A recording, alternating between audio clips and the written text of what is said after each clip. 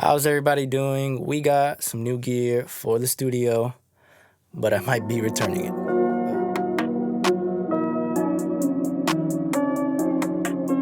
Baby, call up your friends, tell them come through. So the gear in question that I got is, I just got a brand new interface. I got this M-Audio Air 19214. It's an 8-channel, 8 inputs, 4 outputs. It's got MIDI, everything you would need. It was $329. I got it off of Amazon and I got it in about like 2 days. But the reason I'm gonna be returning it is it's got a few quirks, and let me show you exactly the quirks that I found, okay? So we got the interface right here. It's a beautiful interface. First off, you have 2 headphone outs. So if you have 2 people that are tracking a guitar and like a vocalist, you can do that together. Or if you want one for yourself and then you want one for an artist that you are recording, you can do that. 8 inputs. You have 4 combo jacks, some instrument inputs right here, and then you have 2 more in the back right here. And with these instrument inputs right here, you can adjust the gain on them, which is very cool. This is one of the main reasons I got it, was because you can adjust the gain for the 6 inputs, and then the other ones, they don't have that. It has phantom power for 1 and 2, 3 and 4, so you can, if you just have 2 mics, like in my case, I have 2 mics. It is a great machine. I wanted this thing to be so perfect, so bad. It had everything that I needed, but once I got it, I kind of started noticing some of the quirks. One of the quirks being the gain structure on this is weird. If you can see, I already have this pretty much like 9.1. The gain doesn't kick in till about 8, all the way up to 10. And from there to 10, it's just like a super high slope, and it's just kind of weird why they did that, because you have no gain up until, like, you know, going from 1 to 7, like there's no difference. And then once you hit 8, it starts picking up quick. And you know, once you go to like 9.5, if I move this just a little bit, it'll increase the gain by a good amount, which is kind of weird. I don't know why it's like that. Another thing that I noticed is the headphone volume is very low. Kind of disappointing, because it is a powered unit, so you'd think that they'd have the power to, you know, to power some good headphones. With my Audio-Technica M50X, these are only 32 ohms, and it gets pretty loud, but you'd expect a little more volume out of it. And at max volume on this thing, I can, you know, it does not hurt my ears, you know.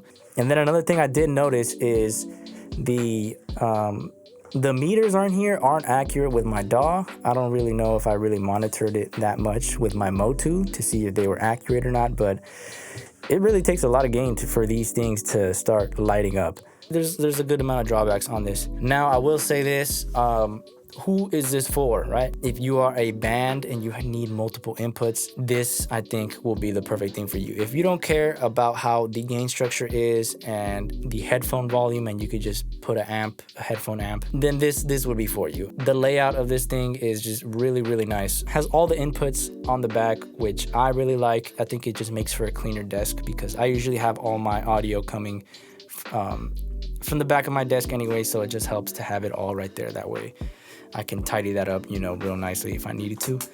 I used to have the Motu. That's the interface that I'm coming from. I had the Motu M4. This has been the workhorse for the past year or so. I love this thing. This thing is so awesome. You have an LCD screen, so you can see the levels of your output, and you can see where you're at as far as your input, and if you need more gain. And they're pretty accurate. I like the little LCD screen, and it's just overall, it's a really nice build. Got everything that I needed at the time. MIDI, line out, monitor, 4 inputs, but I quickly outgrew it, so that's why I wanted to get a bigger interface. And I did my research and I found the M-Audio Air, and this thing is really nice. I love the layout of this, where it's like a console. Very, very nice, big knob, you know, so it's really nice to turn. A little plasticky, but you know, it really doesn't matter. And then you have you can change it to mono for your direct monitor right here. If you have a different mix or a different something else going out of outputs 3 and 4 on this, you can just swap it on the fly right there. And then I'm in 3 and 4. So this thing, it checked all the boxes of what I was looking for in a new interface with more inputs. But those things, they just kind of bug me a little bit. On the Motu, I think I always had it at like 12 or 1 o'clock, and I'd have a pretty good level for vocals or whatever it is. But I just needed more inputs, simple as that. But yeah, I am going to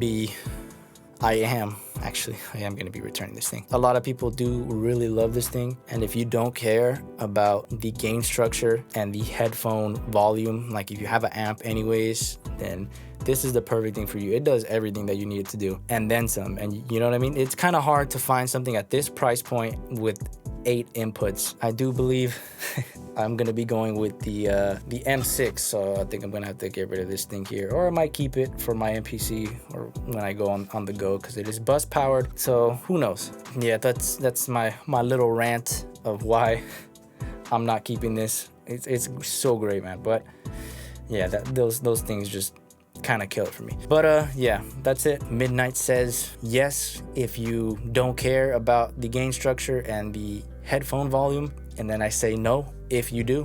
It is a little quirky. It just doesn't make sense why it's gained like that. Anyways, see you guys on the next one. Should be dropping some music pretty soon. I know I've been saying that. But you know, hey man, life gets in the way, but you just got to keep going. That's how it is sometimes. All right.